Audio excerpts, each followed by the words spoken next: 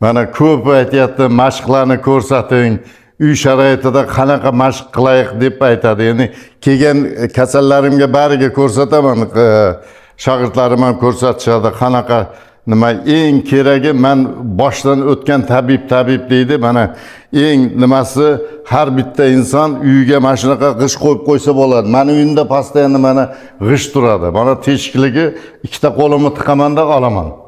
Mana shuni qo'yasizda mana g'ishtni.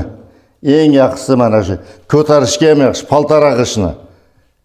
Ko'tarishga ham udobno turadi. Bel og'riyaptimi, ili sal sovuqdan kirdingizmi, kutib o'tirmang, qaytib qiyshayishni. Sirazi kelib, endi masajdan keyin ham qilsa, undan ham yaxshi bo'ladi. Ungacha qiynalib o'tirgandan ko'ra mana shunday yotasiz. Hozir ko'rsatib beraman, mayli. Bismillahirrohmanirrohim. Mana g'ishtni tayinlab yotib oladi. Mana belga qo'yiladi g'isht. Mana oyoqni ko'tariladi, mana belanchak qanday tervatilsa, mana shu tervatiladi mana. Mana eng og'riyotgan joyiga burchakni, g'ishtni burchagini mana yonboshlabni, особенно ko'k sartrozlarni, mana shu tuzlarni eritish uchun mana shuni qilish kerak mana. Imini mana bir tarafiga bu yoqqa qilib, og'riyotgan joyini topish kerak. Mana bu yoqqa qildingizmi, keyin bu tarafga, tepaga, pastga qilib, ko'pchik taraf bo'lsa, ko'pchik tarafda qiladi.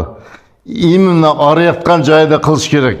Klinin vышибает deydi. Shu og'riqni mana shu og'riq bosadi. Mana bu yog'ini ham mana qilib, ko'k sartrozni tuzi bormi? Mana shu yerga qilib, velosipedga o'xshab qilsa ham bo'ladi mana. Boshida mana belanchakka o'xshab boshqa qilib eng zo'r boshqa упражнение eng zo'r. Sirazi belni qo'yib yuboradi. Bundan keyin mana bu ham o'zim boshimdan o'tgan. Bu упражнение hozir ko'rsatadigan narsam 5 ta narsaga yaxshi. Urologический ham, gemoroyga ham, позвоночный gryzaga ham, ko'k sartrozga ham, позвоночникka ham 5 ta narsaga yaxshi. Mana shu narsani qilgan odam hech qachon kasal bo'lmaydi. Mana yosh bolalar yurishdan oldin mana shunaqa yuradi ko'ti bilan mashina qilib. Mana shunaqa yurish kerak mana. Mana qirtillagan joylari bo'lsa, shu yetini ko'proq qilish kerak. Mana shunaqa qilib ko'proq qo'lni ko'tarib ham, mana qilib ham qilsa bo'ladi. Ham bunaqasi ham fizioterapiya. Orqaga nazarga ham mana. Eng zo'r упражнение bu.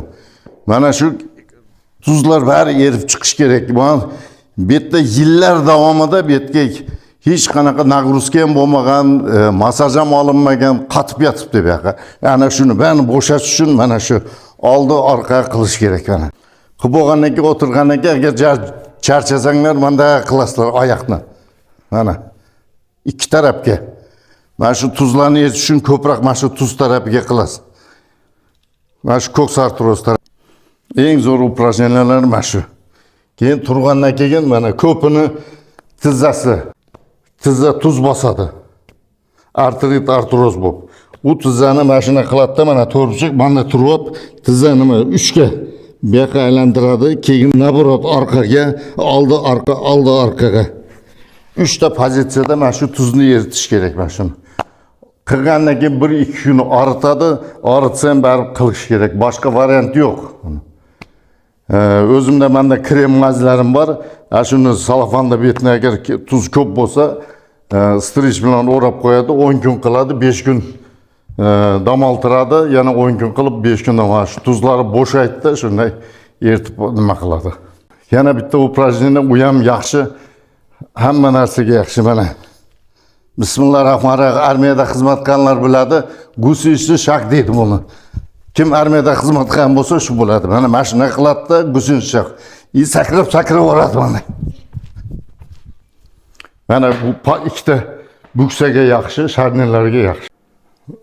Vaqt bo'sh bo'lganda qilaverish kerak. Buning ziyoni yo'q. Foydasi bo'ladi, ziyon bo'lmaydi.